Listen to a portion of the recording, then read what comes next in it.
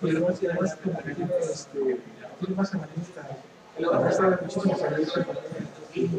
Sabe de muchas cosas. Totalmente ecléctico.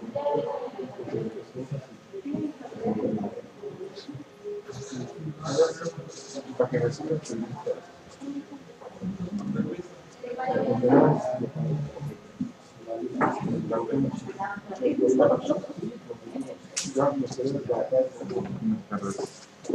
Dos, tres. Hola, señores, aquí es. Vamos a empezar con todo esto. Vamos a empezar la sesión. Gracias por su presencia, por su asistencia. Gracias a los que nos siguen. Adelante, señores, todavía. Dando continuidad con los temas de ortopedia pediátrica y siguiendo con el servicio de ortopedia pediátrica del hospital, hemos tenido una serie de sesiones relacionadas con temas de ortopedia pediátrica y ahora vamos a revisar uno de los temas pues, clásicos, uno de los temas obligados para revisar en cuanto a la ortopedia pediátrica, ahora con el tema de displasia del desarrollo de la cadera. Amablemente el doctor Aguilera aceptó la invitación dentro del mismo grupo de ortopedia pediátrica. El doctor es egresado de los servicios médicos del Distrito Federal. Tiene su especialidad en ortopedia pediátrica en el IMSS y actualmente, desde hace ya algunos años. 15 años. ¿Cuántos? 15 años. Desde hace 15 años está en el servicio de ortopedia pediátrica aquí del hospital. Entonces, sin más, doctor, adelante. Muchísimas gracias nuevamente. Gracias. Adelante. Bueno, buenas tardes. Como dice el doctor Solano, realmente hablar de displasia del desarrollo de la cadera es un tema muy controversial, pero a veces de una gran frecuencia en nuestro servicio, en nuestro hospital y a nivel mundial, puesto que, como lo comentaba, a nivel mundial ocupa o es de las patologías pediátricas que ocupan el primer lugar en presentarse en estos servicios. Es de vital importancia hacer un diagnóstico, dar un tratamiento oportuno para los pacientes pediátricos, puesto que el llevar a cabo todo este tipo de tratamiento, como lo comentábamos, va a dejar a un paciente sin secuelas. De lo contrario, va a ser tan trascendental que va a dar incapacidades en los mejores años de la vida de cualquier paciente, puesto que los mejores años de la vida son a nivel pediátrico y a nivel del adolescente.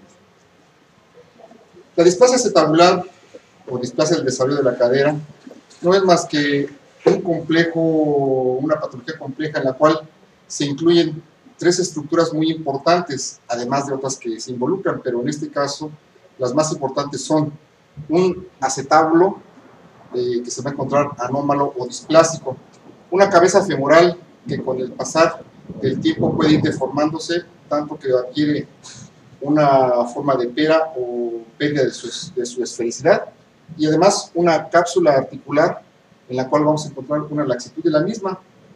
Este trinomio o este conjunto de estructuras van a tener ciertas alteraciones que van a ir condicionando que a lo largo de la problemática se vaya saliendo la cabeza femoral de un acetábulo que, como comentamos, es displásico. Y esto puede deberse o puede presentarse más que nada durante el desarrollo normal del crecimiento, llámese en la etapa embrionaria, en la etapa fetal o en la etapa de la infancia. Como lo comentábamos, aquí vamos a encontrar una inestabilidad simple con una laxitud capsular, lo que va a condicionar, aunado a un acetábulo displásico, un desplazamiento de la cabeza femoral por fuera de este mismo, y con lo cual tendremos como consecuencia una cadera luxada o una cabeza femoral luxada. Klisic y Pajik a lo largo hicieron un resumen histórico de todo lo que esta complejidad se presenta, puesto que ya desde las épocas de Hipócrates, hace 2400 años, ya se tenía presencia de esta patología, y Hipócrates es quien decía que haciendo un diagnóstico oportuno y llevando un tratamiento también oportuno se podía corregir esta patología, puesto que sabemos que es una patología totalmente reversible si se diagnostica en su momento y se lleva a cabo. Rosser, en 1879, vio que con simplemente abducir las caderas, esta alteración también se corregía. Y así a lo largo de los años vamos viendo cómo históricamente con tratamientos a base de abducción se va corrigiendo esta problemática. Ortolani en 1935 hace diagnósticos tempranos, puesto que él se dedicó a revisar a todos los neonatos del servicio de obstetricia y fue él quien preconizó el diagnóstico precoz para llevar a cabo un tratamiento. Kisik y Pajic en 1993 valoran o le toman una gran importancia al ultrasonido como diagnóstico de prevención y un tratamiento oportuno en caso de que este fuera positivo para la displasia de la cadera. La incidencia varía mucho de dónde nos encontremos o en qué región geográfica se puede encontrar ciertos estudios que se llevan a cabo. Cuando lo vemos en zonas que son muy cálidas, realmente la incidencia es baja. Cuando lo vemos en zonas que son muy frías, la incidencia es muy alta, puesto que la tendencia a arropar a los pacientes pediátricos es muy alta. En cuanto al sexo, vemos que es más frecuente en las niñas que en los niños. Hay autores que comentan que es de 1 a 3, otros de 1 a 6, inclusive hay autores que se atreven a decir que hay desde 1 a 15, de un niño por cada 15 niños. En Canadá vemos que tenemos una incidencia de 188 pacientes por cada 1000 nacidos vivos. En Hong Kong, que es una zona más cálida, vemos que es de 0.1 por 1000 nacidos vivos. Un estudio que hizo Barlow reporta que por cada 60 recién nacidos tenemos un paciente con displasia acetabular. De estos, el 60% se restablece en la primera semana de vida. El 88% de estos pacientes se restablece hasta los 12 meses, y del 12 restante, estos no se corrigen, y son aquellos en los que tenemos que iniciar un tratamiento para corregir este tipo de alteración. Vamos a clasificar a la displasia del desarrollo de cadera en dos grandes grupos, una que es la teratológica y otra es la que es la habitual o típica. La teratológica es aquella en la cual vamos a encontrar ciertas alteraciones de graves, o es una patología que se va a asociar a ciertas alteraciones graves, como pueden ser alteraciones neuromusculares, alteraciones cromosómicas, y es afortunadamente en su minoría lo que va a ocupar como frecuencia. No así la tipo habitual o típica, como su nombre lo menciona, es la más frecuente, y afortunadamente es la que más fácil vamos a poder corregir. Aquí vamos a ver que se aparece en pacientes por lo demás normales, pero que por alguna situación, ya sea in útero, al nacimiento o en el posparto, puede presentarse esta displasia y condicionar, si no se corrige, una luxación de la cabeza femoral por fuera del acetábulo. La habitual, a su vez, también la vamos a dividir en tres variantes. Una que es una cadera luxable o inestable. Es aquella cadera en la cual hay cierto grado de peloteo de la cabeza femoral dentro del acetábulo, pero que no tiende a salirse del mismo, es decir, no tiende a luxarse. La siguiente variedad es una cadera luxable, es aquella en la cual al aplicar cierta presión sobre la cabeza femoral o sobre el extremo proximal femoral, vamos a ver cómo esta sale del acetábulo y al dejar de aplicar la presión se vuelve a reducir. Nos habla de una cadera luxable, y esta maniobra que les acabo de mencionar es conocida como signo de Barlow. Cuando ya tenemos una tercera variedad, es decir, que la cadera ya está por fuera del estábulo o una cadera luxada, aquí lo que hacemos es a veces, para explorarla, aplicar una presión para reducir esta cabeza femoral hacia el acetábulo, pero al dejar de aplicar la presión vuelve a salirse del mismo. Esta maniobra la conocemos como signo de Ortolani. Así tenemos que entonces la subluxable es simplemente un peloteo o sensación de que algo quiere salirse. La cadera luxable es aquella que sí podemos sacar del acetábulo, y la cadera luxable es aquella que ya está por fuera del estábulo y que la podemos reducir en ciertos momentos, no siempre. Las causas han sido muy diversas y han sido muy controvertidas en algunas ocasiones, pero las más frecuentes o las que más se han estudiado es una hiperlaxitud ligamentaria, que no está más que nada condicionada por la secreción de la hormona relaxina por parte de la madre, y esta a su vez afectar al producto, con lo cual no hay una buena congruencia muscular y por lo tanto no hay una buena congruencia de la articulación. Y esto es lo que va a condicionar que se luxe la cadera. Es esta hormona la que al nacimiento se ve presente y podemos ver que algunos pediatras, por ejemplo, al hacer cierta exploración, ven que la cadera tiende a luxarse. Y es creíble puesto que están bajo el efecto de esta hormona. Al eliminarse esta hormona, la cadera vuelve a tomar su textura normal y se corrige la inestabilidad. Entonces, en este tipo de problemática, como lo decíamos anteriormente, que ocupa más o menos el 60% de aquellas caderas que están inestables al nacimiento. Una posición defectuosa en útero, como es la presentación de nalgas, se ha visto en la literatura, que es, en conjunto con las que vamos a ver a continuación, es una de las causas más frecuentes de producir la displasia acetabular. Y de estas, la presentación de nalgas, y de estas, la de nalgas por presentación completa. Como lo podemos ver en esta, no hay una buena flexión de las caderas, que es lo que condiciona que el acetábulo se vaya labrando o formando. El orden natal también ocupa una gran importancia. Es más frecuente en los primogénitos que en los partos subsecuentes. En aquellos pacientes que cursan con oligoderamios, al no tener una buena continencia o una buena capacidad de líquido amniótico, el músculo uterino se adosa más a las caderas y por lo tanto produce una mayor aducción, y en este caso tiende a desplazarlas por fuera. Wayne Davis ha estudiado los factores genéticos y ha visto que la incidencia de tipo familiar es muy importante tomarla en cuenta. Se ha visto que aquellos padres que tienen un hijo con displasia del desarrollo de la cadera, el siguiente producto puede ocupar más o menos un 6% de frecuencia. Más si el padre y un hijo lo llegan a presentar, pues sube a veces hasta el 36%. En cuanto a la incidencia por sexo, se ha visto que es más frecuente en el sexo femenino que en el sexo masculino, como lo mencionamos anteriormente. También los factores ambientales de tipo postnatal ocupan un gran apartado en este tipo de causal o etiológico, puesto que aquellos pacientes que los envuelven o los arropan con las caderas en aducción, es más frecuente que tengan a persistir con la displasia.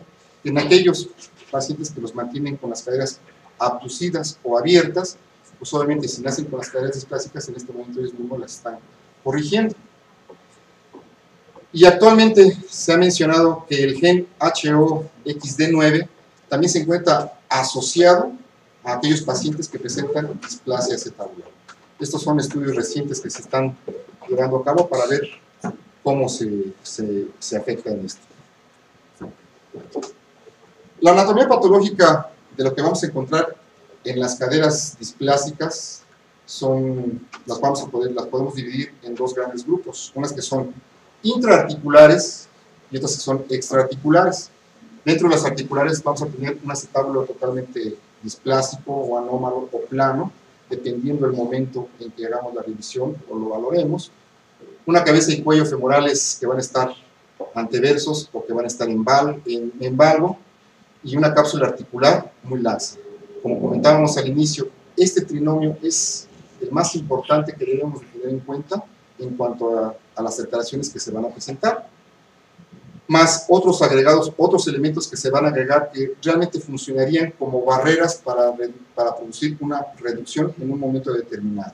Como podemos mencionar, el rodete cotiloideo o labrum, el cual se va a encontrar hipertrófico e invertido, el ligamento redondo, que no es más que una banda, que se va a hipertrofiar y también forma una barrera para poder obtener una buena reducción o una reducción aceptable, la hipertrofia del cojín graso o pulvinar, y un ligamento transverso que al no tener una cadera dentro del acetábulo, se constriñe o se acorta, y es también una barrera muy importante que va a limitar la reducción.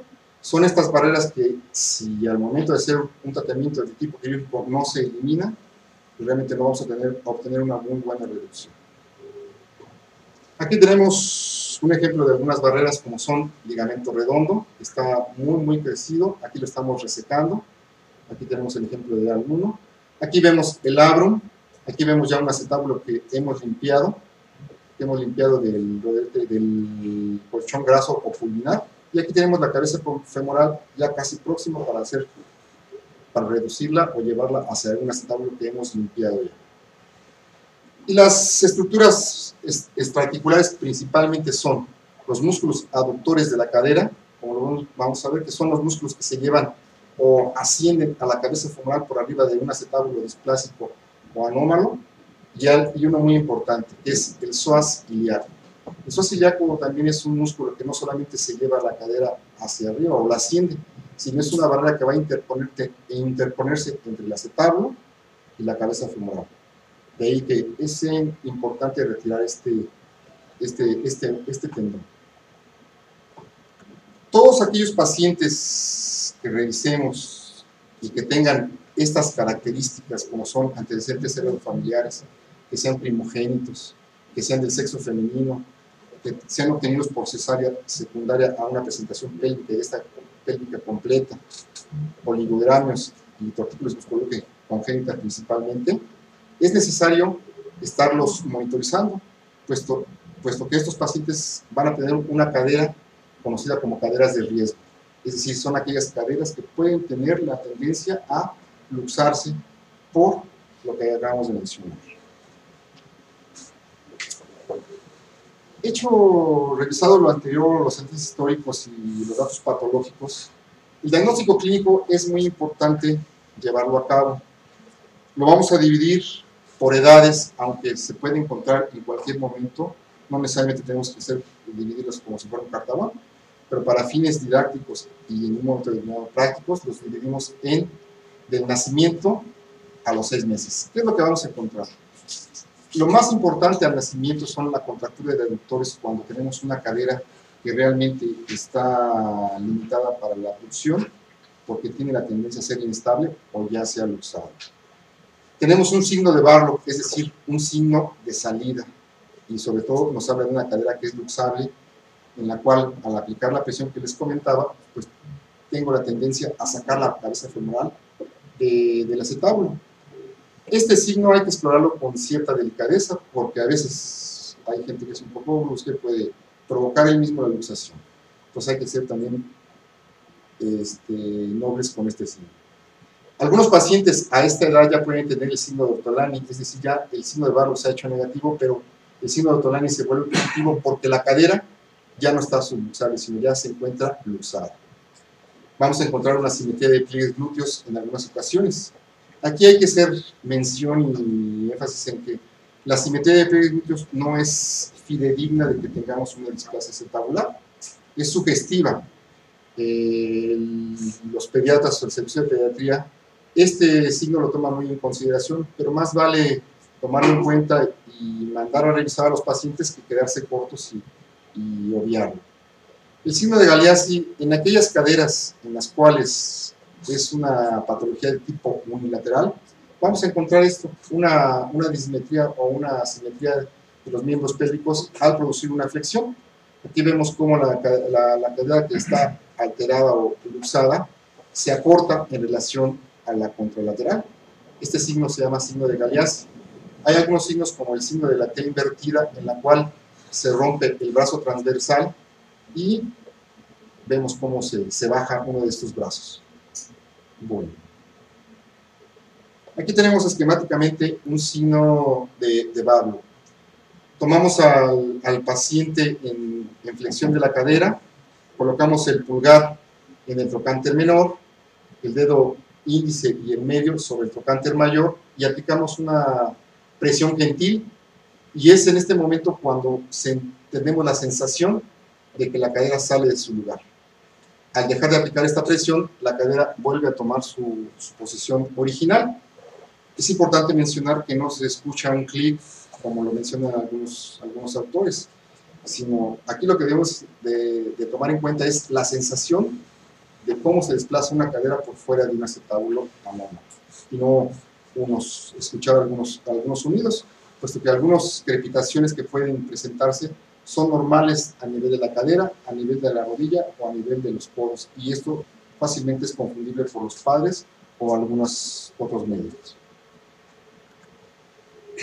Ya de los 6 a los 18 meses de edad, el signo de Ortolani es francamente positivo, puesto que ya la cadera está luxada. Tenemos una simetría de pliegues glúteos, si es que es unilateral. Vamos a ver una contractura de aductores, que puede ser uni o bilateral, dependiendo si es la cadera uni o bilateral. Los signos de Galeazzi, el signo de Galeazzi nuevamente positivo. Y aquí ya el signo de Dupuytren o del pistón también se vuelve positivo. Y este es muy importante para nosotros tomarlo en consideración, puesto que vamos a ver con este signo qué tan laxa o contracturada se encuentra la musculatura pericapsular, y con esto ver a futuro para un tratamiento si va a ser fácil el tratamiento o fácilmente la vamos a poder reducir, o nos va a costar un poquito más de trabajo en su momento.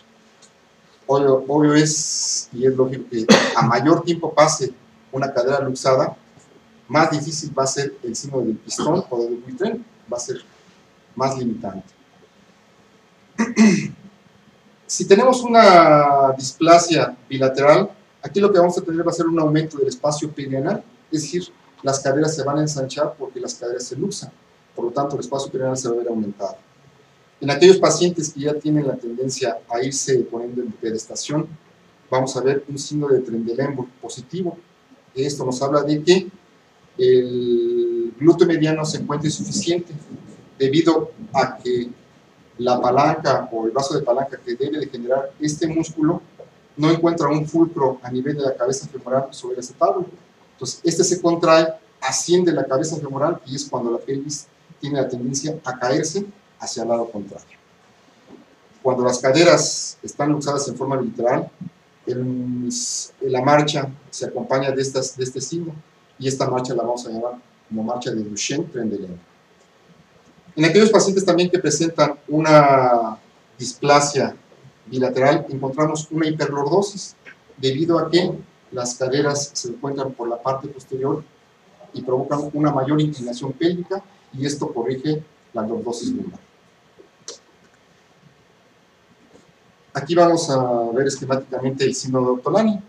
A diferencia del Barlow, vamos a ver cómo aquí la presión directa va a ser sobre tocante mayor, vamos a tener un punto de apoyo sobre tocante menor con el pulgar, y vamos a dirigir gentilmente a la cabeza femoral hacia el acetábulo. Al dejar de aplicar esta presión, la cabeza femoral, por la acción muscular periarticular, tiende a desplazarse por fuera nuevamente del acetábulo.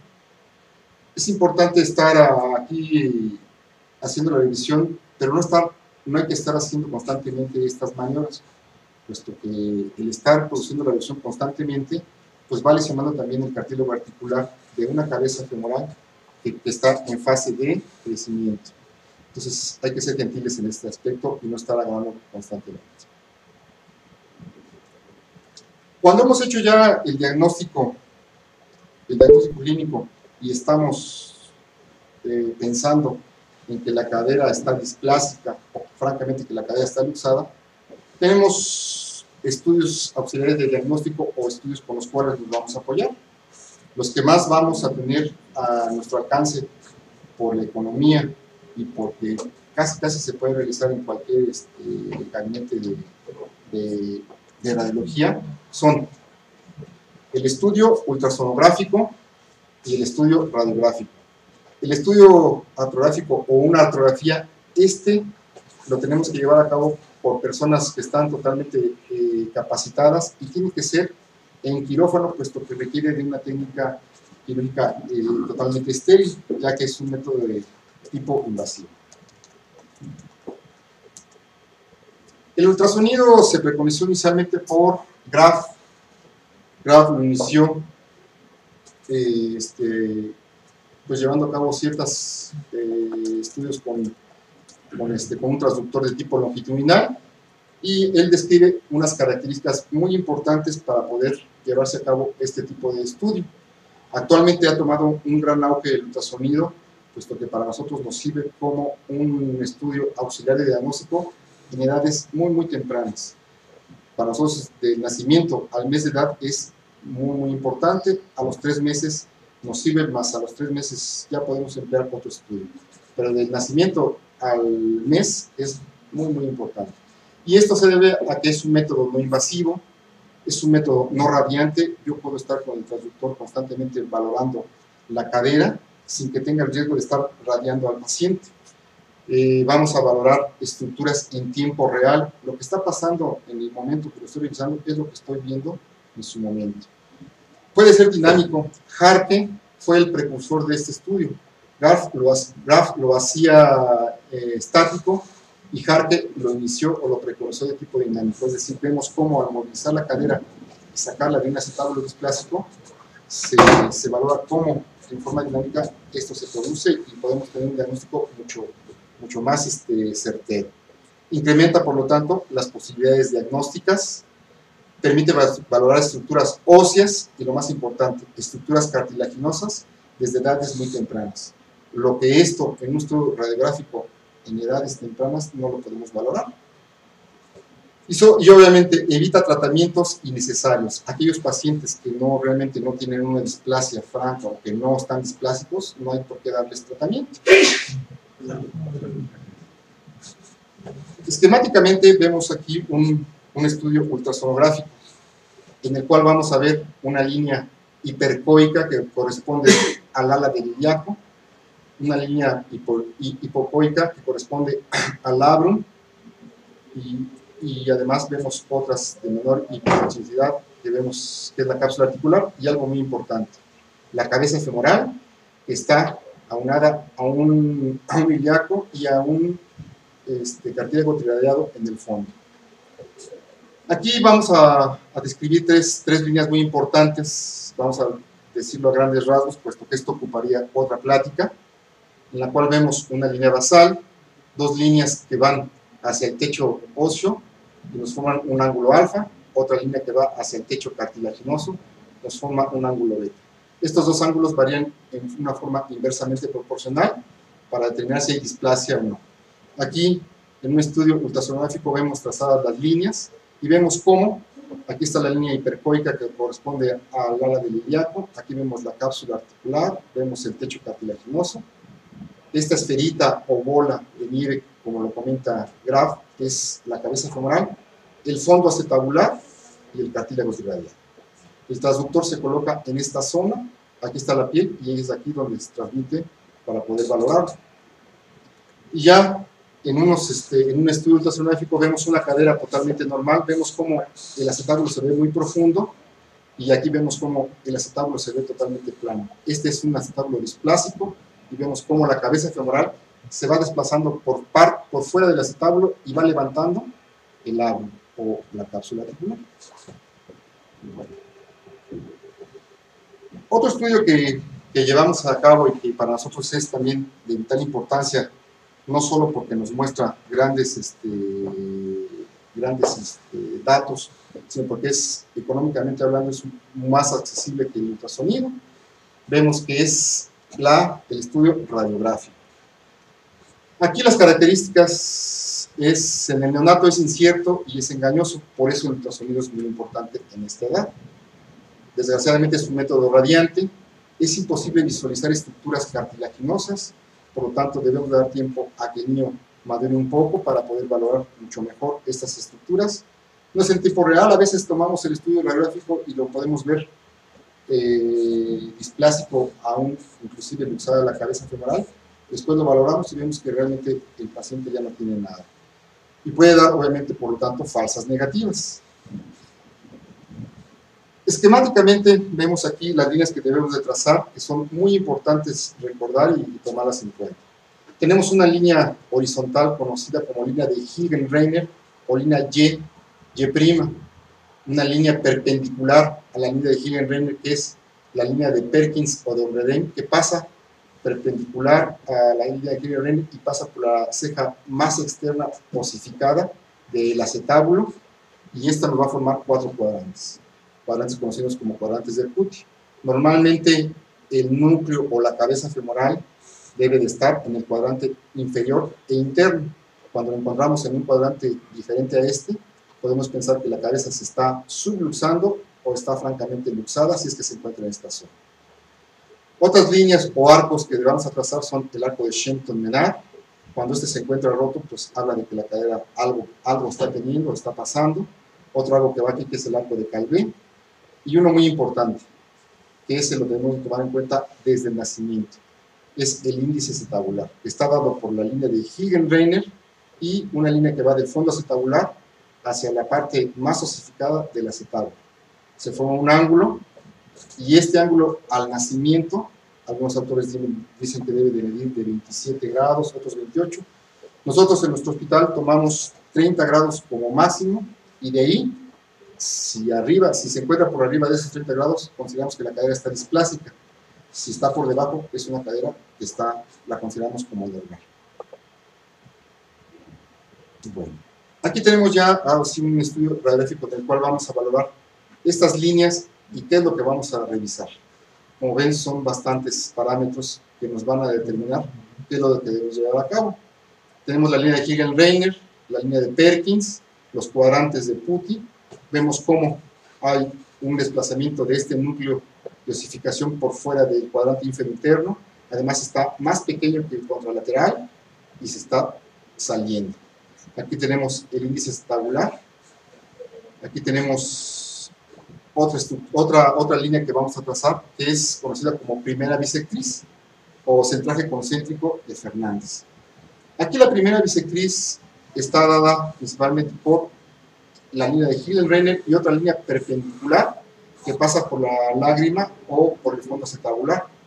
Trazamos una bisectriz, es decir, dividimos a este ángulo de 90 grados en dos, y el centro de la cabeza femoral debe de pasar aproximadamente por 3 milímetros, ya sea proximales o distales. Cuando esto se sale de este rango, podemos pensar que la cabeza o la cadera se encuentra excéntrica. No es lo mismo tener una cadera reducida o dentro del acetábulo que esté concéntrica o que esté bien centrada, a que le tengamos un poquito hacia arriba o un poco hacia abajo. El ángulo de Weber también es muy importante y a veces muy pocos lo mencionan. El ángulo de Weber nos va a dar el parámetro de qué tanto la ceja cotiloidea o la ceja acetabular va creciendo o va cubriendo a la cabeza femoral. De ahí que reciba el nombre de ángulo de Weber o ángulo centro-borde. El ángulo de Weber con el índice acetabular debe de tener una relación inversamente proporcional. Si un índice acetabular va descendiendo, quiere decir que esta ceja acetabular se va yendo más hacia la parte externa. Por lo tanto, el ángulo de Weber que tenemos aquí va aumentando. Un índice acetabular pequeño con un ángulo de Weber grande es una cadera normal. Más un índice acetabular grande y un ángulo de Weber pequeño habla de una cadera displásica y hay que tener cuidado. Aquí vemos nuevamente también otras estructuras en las cuales también debemos recordar. Recordamos, siempre, el índice acetabular lo vamos a recordar siempre. Vemos un índice acetabular aquí de 32 grados contra uno de 25 grados, por lo tanto esta cadera está displásica. El centraje concéntrico de Fernández que tenemos aquí, las líneas que nos van del centro de la cabeza femoral hacia el fondo acetabular, que es el FAM, o de la metáfisis al fondo acetabular, arco de Schempp-Menard, arco de Calvé, que no debe estar roto, y con lo cual vamos a valorar si la cadera está alejándose, está por fuera o francamente luxada. Tonis también hizo una clasificación para valorar qué tan alejada del acetábulo se encuentra una cabeza femoral y además qué tan ascendida se va a encontrar. Y Tonis toma como parámetros de referencia para determinar 4 estadios de las caderas, 2 líneas, una que es la línea de Perkins y otra línea que es paralela a la línea de Higgin-Reiner. Aquí hay que tomar en consideración, no es la línea de Higgin-Reiner, la línea de Higgin-Reiner pasaría por aquí, que sería a nivel del cartílago triradiado. Es paralela a esta línea, pero pasa de la parte más osificada de la ceja acetabular a la otra. Y es donde formamos los 4 cuadrantes de Tonis para determinar en dónde se encuentra la cadera. El grado 1 o el tipo 1, vemos que el centro de la cabeza femoral se acerca a la línea de Perkins. En el grado 2, esta se aleja o sale de la línea de Perkins, pero no ha rebasado la línea supraacetabular.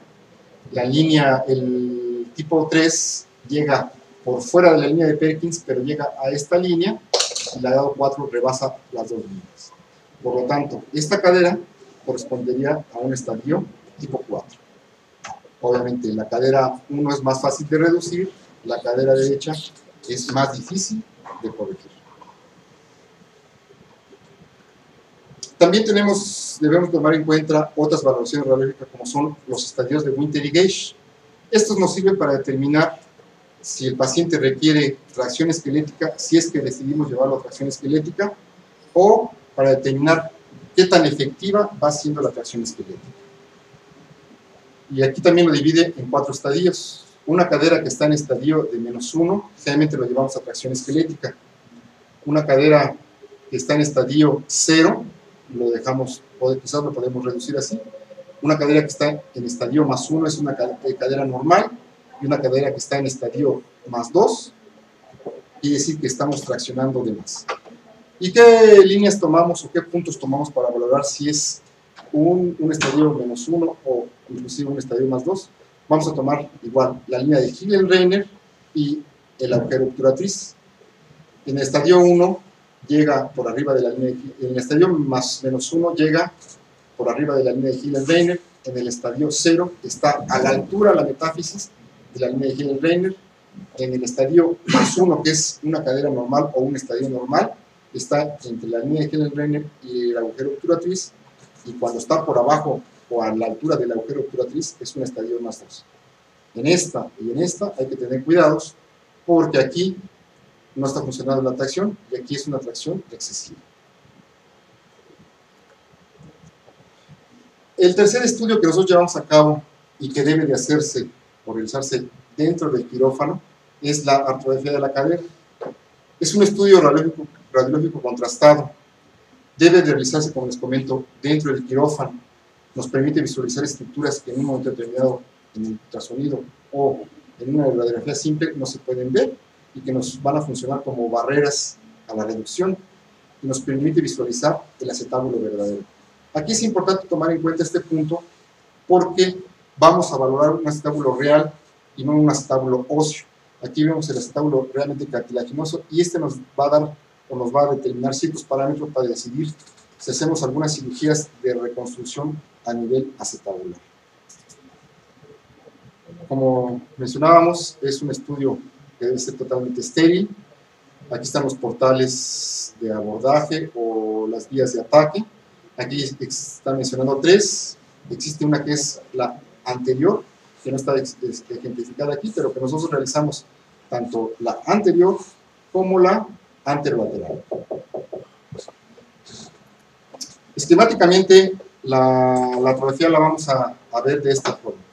Aquí tenemos una estructura que es el techo cartilaginoso o la estructura cartilaginosa que radiológicamente no se ve, no se visualiza, pero que al dibujarlo con el medio de contraste, aquí lo vamos a ver. Esto lo vamos a llamar como espina de Rosal. Una espina de Rosal visible habla de un buen techo cartilaginoso, y vean cuánto está cubriendo aproximadamente de la cabeza femoral, aproximadamente un 90 o al 100%. Vamos a ver estructuras como el ligamento transverso, el ligamento redondo, y una zona que es la zona auricular, o la zona donde la cápsula articular se estrecha para impedir que la cadera o la cabeza femoral se salga. Aquí estamos viendo artrografías con características normales, y aquí vemos una clasificación también de Tonis. Tonis también lleva su clasificación al estudio artrográfico. No es más que lo mismo que vimos en el estudio radiográfico, solo que aquí en la artrografía, al poder visualizar el labrum, lo divide en 3A y 3B. 3A cuando el labrum se encuentra evertido, y 3B cuando se encuentra invertido. 4A cuando está evertido y 4B cuando está totalmente invertido e interpuesto entre cabeza femoral y acetábulo. Aquí tenemos una tipo 4B, en la cual vemos el labrum invertido, y vean, vamos a valorar aquí la estrechez del orificio acetabular.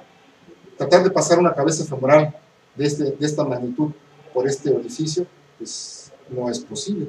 De ahí que tengamos que liberar bien esta cápsula articular, que está estrecha, en conjunto con el labrum, más aquí lo que vemos, que viene siendo el tendón del psoas, nos da una imagen en reloj de arena, que esto lo tenemos que quitar o descomprimir para poder hacer una buena reducción.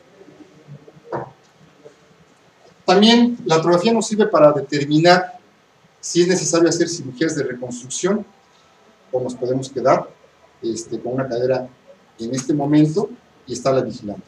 Aquí vemos un índice acetabular en el cual vemos solamente una medición del techo óseo, más si hacemos una artrografía, aquí vemos realmente el índice acetabular real que está dado por un techo cartilaginoso. Con esta imagen nosotros podemos determinar que en este momento a este paciente hay que darle oportunidad a que este techo cartilaginoso tienda a consolidar y quizás le podamos obviar alguna cirugía de reconstrucción, por ejemplo, una osteotomía de Salter o una osteotomía de Pemberton. Hecho el diagnóstico tanto clínico y apoyado por los métodos auxiliares de diagnóstico, pues ante la presencia de una displasia del desarrollo de la cadera, pues tenemos que iniciar el tratamiento lo más pronto posible. De los 6 meses de edad, del nacimiento a los 6 meses de edad, el tratamiento inicial consiste a veces en las salas de ginecobstetricia, iniciar con un pañal triple. Algunos ortopedistas siguen enviando o mandando el cojín de FECA y actualmente en nuestro servicio lo que usamos es el arnés de Pavlik. El arnés de Pavlik tiene tiene ciertas características muy importantes. Está formado por varias bandas que van a ser dinámicas para las caderas y no van a ser estáticas como puede ser el cojín de FECA. Pavlik lo empezó a iniciar en 1944 bajo el principio de la flexión de 100 a 110 grados de flexión en cadera y una abducción libre no mayor de 65 grados para evitar riesgos de necrosis vascular, siempre y cuando se mantenga en estos movimientos en las zonas de seguridad del Ramsay. Las zonas de seguridad del Ramsay son las siguientes. En estas zonas tenemos una tendencia a que la cadera se pueda luxar, pero en esta zona, cuando mantenemos una cadera totalmente abducida o en ancas de rana como se estilaba anteriormente, pues aquí la necrosis avascular o la muerte de la cabeza femoral por compresión de los paquetes vasculares, tanto por el tendón de psoas como el labro, pues va a producir una necrosis avascular y esto es muy lesivo y muy trascendental para el pronóstico de esta articulación o de esta cabeza. Por eso, los rangos de seguridad deben de ser entre los 30 y los 60 a 70 grados como máximo de abducción. Y es aquí el rango donde el arnés de Pavlik va a tener su función. Puede usarse en caderas que son fácilmente reductibles y en aquellas que son irreductibles pero que son menores de 6 meses, también tenemos la tendencia a usarlo, con lo cual podemos esperar que en este tiempo puedan reducirse y obviamente obviarle un tratamiento más agresivo. Puede producirse una reducción, por lo tanto, en forma espontánea y hay que valorarlo en forma ultrasonográfica o en forma radiográfica, en forma secuencial. Del 64 al 99% vamos a tener un buen éxito, pero vamos a tener también ciertos factores que condicionan fallas. Algunos ortopedistas o algunos médicos dicen que esto no funciona, pero es más que nada porque no se tiene el hábito de educar a los pacientes o a los padres para el buen uso del mismo. Por ejemplo, aquí sabemos que la banda pectoral debe llegar a la altura de las tetillas y de ahí una flexión de 100-110 grados con una abducción de 65 grados. Aquí la banda pectoral pues, está en el abdomen y las bandas están totalmente, pues no mantienen una buena flexión. Entonces de ahí que la mala colocación de una arnés de Pavlik da una falla. Tratamientos tardíos, hay gente que quiere usarlo después de los 6 meses. En pacientes que tienen presentación pélvica y esa pélvica completa, que son caderas muy rígidas, pues limita la herencia y en aquellas caderas irreductibles pues no va a funcionar obviamente. Aquí tenemos un fluxograma en el cual podemos ver cómo vamos a llevar el tratamiento con el arnés de Pavlik. Debemos de iniciarlo en pacientes menores de 3 meses para que sea efectivo. Vamos a usarlo inicialmente por 4 semanas, al cabo de las cuales vamos a tomar un estudio ultrasonográfico o radiográfico para valorar la estabilidad de las cabezas femorales dentro del acetábulo. Si tenemos una cadera que está reducida, continuamos 8 semanas más con el arnés, al cabo de las cuales iniciamos el destete, dejándolo solamente por la de uso nocturno. Pero si en este momento tenemos una cadera que persiste luxada, se aborta el tratamiento con el arnés de Pauly, pasamos a retirarlo y iniciamos una reducción ya sea cerrada en este momento. Las complicaciones con el arnés de Pauly, pues la persistencia de la cadera luxada o la necrosis avascular por mantener estas caderas totalmente abducidas por arriba de los 75 grados, de los 70 a 75 grados. El tratamiento de los 6 a los 12 meses de edad ya es un poco más agresivo, puesto que la cadera ya está francamente luxada, ya está quizás con una contractura muscular periarticular un poco más aumentada, o son aquellos pacientes en los cuales se hizo el diagnóstico tardío o iniciaron en forma normal, pero con el arnés de Pauly, pero en forma fallida. El tratamiento va a ser de tipo ya, en este momento, quirúrgico.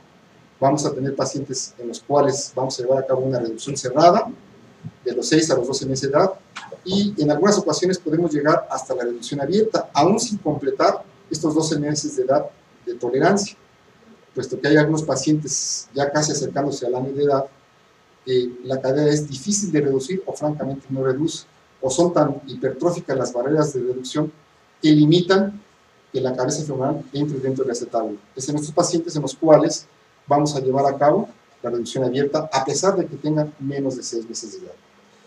Algunos autores mencionan que el hecho de ver un núcleo de osificación secundaria presente antes de llevar a cabo una reducción cerrada o una reducción abierta debe de estar visible, más otros artículos hablan de que no necesariamente hay una relación entre la presencia del núcleo y una buena viabilidad de la cabeza, de la cabeza femoral, esto hablando propiamente de la necrosis avascular. En nuestro servicio hemos visto que sí tiene cierta relación, puesto que en pacientes que no hemos observado la presencia del núcleo de osificación secundaria y los llevamos a una reducción cerrada o abierta, pues sí condiciona ciertos grados de osteocondritis o inclusive los lleva a largo plazo a una necrosis avascular con las secuelas que esto conlleva. Y esto mediante la valoración que nosotros hacemos de Ogden y Scholz. Pero bueno, esto también será tema de otras pláticas. Pero hay que tomar en consideración esto, que no siempre se relaciona la ausencia o presencia del núcleo de osificación. Igual aquí, una reducción cerrada debe de llevarse a cabo entre los 6 a los 12 meses de edad y deben de ser en caderas reductibles y estables dentro de los márgenes de seguridad de Ramsey. Y en algunas caderas que se abocan en este rango de seguridad pero que no se produce una buena reducción, debemos dejarlas en esta posición, ya que en algunas ocasiones estas cabezas femorales abocadas al acetábulo gradualmente se van reduciendo a modo de que evierten el labro y se reducen totalmente. Este fenómeno se llama como fenómeno de Severin. Esto es muy frecuente que se llegue a dar en las caderas a esta edad. Los pasos de una reducción cerrada consisten en una miotomía de aductores de la cadera, una tenotomía del psoas ilíaco, atrografía y una inmovilización inicial con aparatos, llámense de yeso o de fibra de vidrio, dependiendo con lo que contemos, con la flexión de la cadera a 100-110 grados, la abducción dentro de los rangos de seguridad, es decir, de 60 a 70 grados, y una rotación interna a 30 grados. Esta posición la vamos a llamar como posición humana. Anteriormente se dejaban las posiciones de Lawrence, la 1 y la 2, pero se vio que producían producían una gran frecuencia de necrosis avascular por la posición tan exagerada de Rana. Y aquí tenemos la secuencia de cómo vamos a colocar la inmovilización. Debe ser en posición humana aproximadamente 2 meses, después inmovilización en extensión, abducción y rotación interna, o segunda posición humana, otros 2 meses, después se recorta estos aparatos de yeso a yesos tipo Bachelor, que no son más que 2 tubos en las piernas con un travesaño, 2 meses en rotación medial y 2 meses en neutro, al cabo de los cuales debemos de valorar y ver efectivamente la cadera se encuentra reducida y concéntrica. Aquí tenemos yesos en primera posición o posición humana, primera posición o posición humana, segunda posición y el yeso tipo Bachelor. Cuando la reducción cerrada falla o cuando nos llegan niños mayores de 1 año, pues ya generalmente nosotros no hacemos, en especial no hacemos ya este intento de hacer la reducción cerrada, a pesar de que algunas ocasiones son caderas que reducen fácilmente, preferimos mejor llevarlos ya a una reducción abierta. Por lo tanto, en menores de 1 año de edad con reducción cerrada fallida, se puede llevar a cabo una reducción abierta, en mayores de 1 año, en reluxaciones o en luxaciones inveteradas. Una reducción abierta consiste en no solo hacer miotomía de aductores, sino además de esto, abrir totalmente la articulación para hacer una limpieza de la misma. Y existe una controversia entre si aquellas caderas que necesitan reducción abierta es necesario llevarlas a tracción esquelética o hacer una reducción de primera instancia o hacer una reducción combinada con otros procedimientos de reconstrucción. Para esto habíamos comentado que la escala o las graduaciones de Winter son muy importantes. Aquellas caderas que se encuentran en -1, nosotros los vamos a llevar a tracción esquelética durante 21 días, periodo en el cual hay una buena readaptación de las estructuras periacetabulares, pericapsulares, de vasos y de nervios para evitar que se vayan a cruzar la cabeza femoral. En caderas inveteradas, y por lo tanto va a disminuir un riesgo de necrosis avascular. ¿En qué consiste una reducción abierta? Una reducción abierta va a incluir una miotomía de aductores de cadera, una tenotomía del psoas ilíaco, una capsulotomía, una limpieza articular. Hecha la capsulotomía y luego la limpieza articular es quitar todas las barreras que mencionamos al inicio, como son un pulvinar, un ligamento redondo, ligamento transverso, y evertir el labrum para poder efectuar una buena reducción. Nunca se debe de retirar el labrum. Tallán, por ejemplo, menciona en su libro que hay que resecar el labrum. Y resecar el labrum es quitar la capacidad de que un techo cartilaginoso osifique y dar una mayor cobertura a esa cabeza femoral. Lo que hacemos cuando necesitamos meter una cabeza femoral y el labrum está tan invertido y no se puede reducir, le hacemos cortes radiales. Y al hacer esos cortes radiales, el labrum se abre y es en ese momento en cuando la cabeza femoral entra a su sitio. Con esto, después de haber hecho la limpieza acetabular, hacemos una reducción, hacemos una plastía capsular e inmovilizamos. La plastía capsular está también en controversia y es, ¿qué debemos hacer? Un corte de la cápsula en forma de T, un corte de la cápsula en forma longitudinal. Realmente esto va dependiendo de la experiencia de cada uno de los cirujanos ortopedistas, pediatras que lleven a cabo.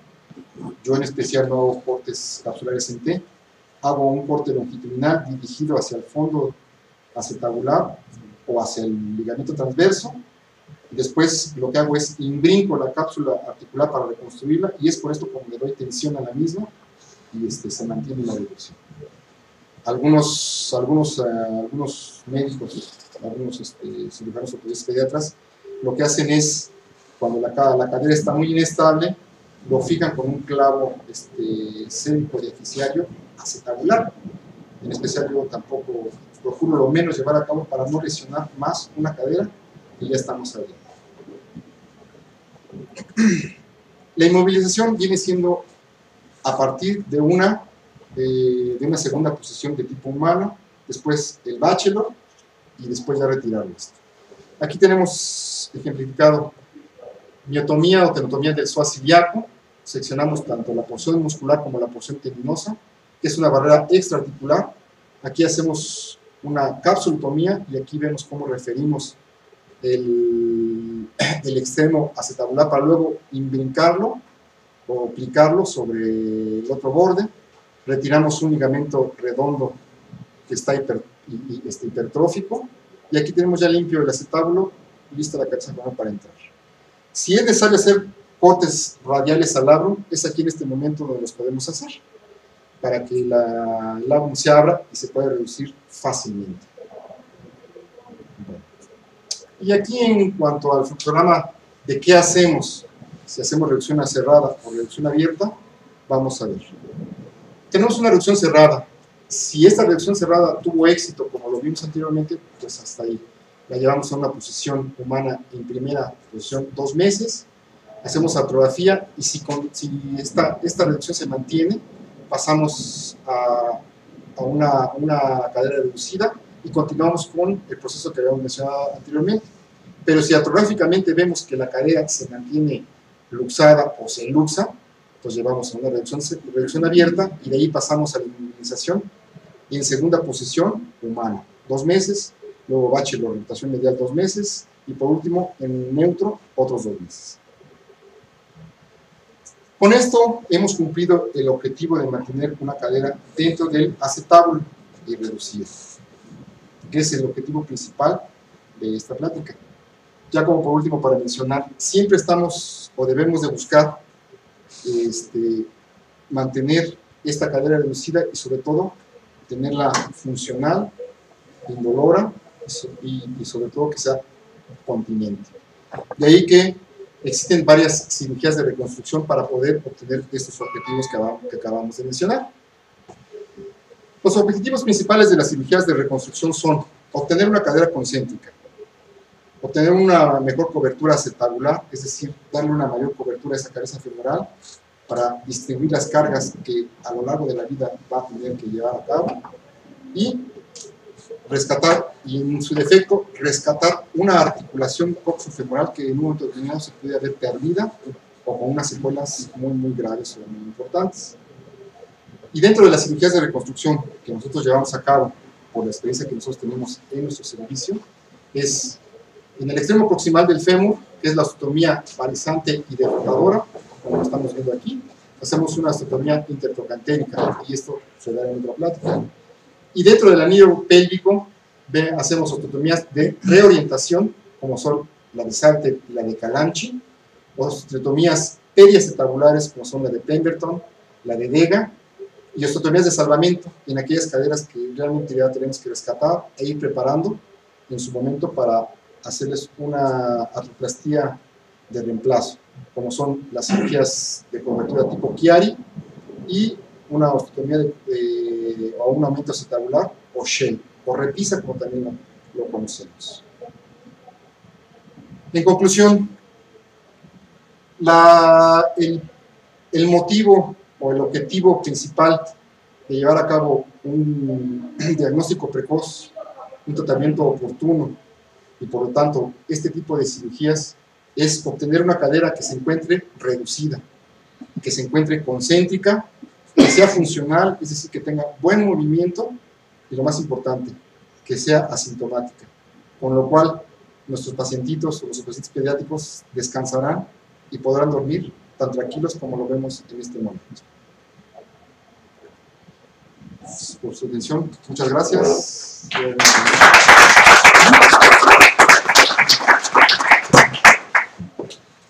Queda abierto el foro, señores, para preguntas, comentarios,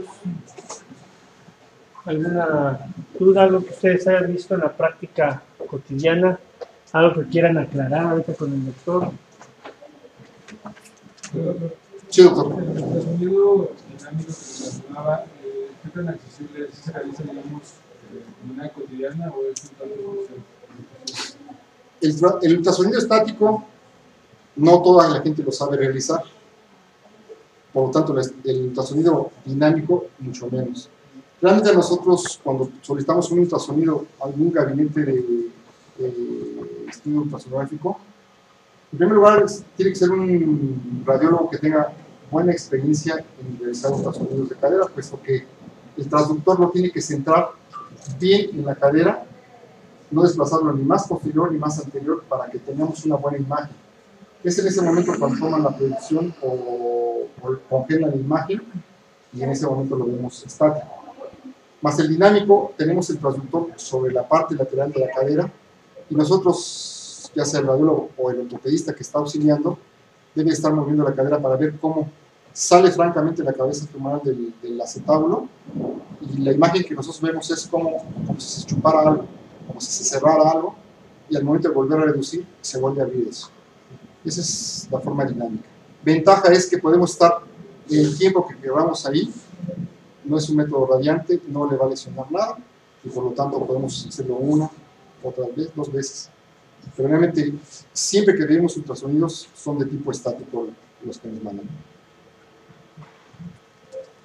Doctor, una pregunta, por ejemplo, en pacientes que nos llegan un diagnóstico tardío generalmente, entonces a veces como a la edad de un año, y tienen hipoplasia de lo que es la clasificación o no han aparecido, nos esperamos para a que aparezcan, o hacemos primero la reducción cerrada en ese caso, o una vez en la reducción abierta. Si es mayor de un año, en nuestra escuela, en nuestro servicio, lo que hacemos es definitivamente reducción abierta.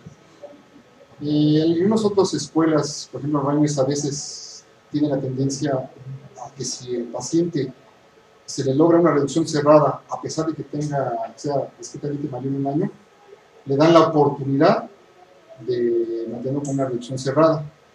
Nosotros no, definitivamente, si vemos que es arriba de un año, definitivamente hacemos la reducción abierta. Si el núcleo de dosificación es pequeño en relación al contralateral, pero se encuentra presente, nosotros definitivamente ya hacemos la reducción abierta. No dejamos pasar más tiempo, puesto que a más tiempo pase, el pronóstico se ensombrece y es más difícil la reducción, y obviamente es más devastadora la cirugía que tenemos que hacer. No es lo mismo hacer una cirugía de reducción abierta al año, 2 meses, que hacerla a los 4 años de edad, en la cual no solamente vamos a tener que llevar al paciente a una tracción esquelética previa a la reducción abierta, sino va a requerir cirugías conjuntas en ese momento, puesto que está tan alta la cabeza femoral sobre la ceja acetabular, que al liberarlo pericapsularmente, hacer anatomía de aductores, anatomía del psoas, desinserción del recto anterior, del sartorio, aún así no desciende. Es en ese momento en lo que nosotros debemos de hacer unos cortes diafisiarios, lo que nosotros llamamos diafisectomía, para acortar el fémur, en ese momento poder descender la cabeza femoral y llevarla al acetábulo. Con esto logramos que la cabeza femoral no entre forzada y por lo tanto no esté comprimida con el acetábulo. Una compresión o una articulación que está comprimida obviamente nos va a llevar a la impulsa vascular por esta constricción o esta compresión que va a tener. Por lo tanto, el pronóstico a más tardío lo dejemos, se ensombrece. De ahí que mientras más temprano hicimos realicemos el diagnóstico, iniciemos el tratamiento, llámese conservador, cirugía cerrada o reducción abierta, es mucho mejor.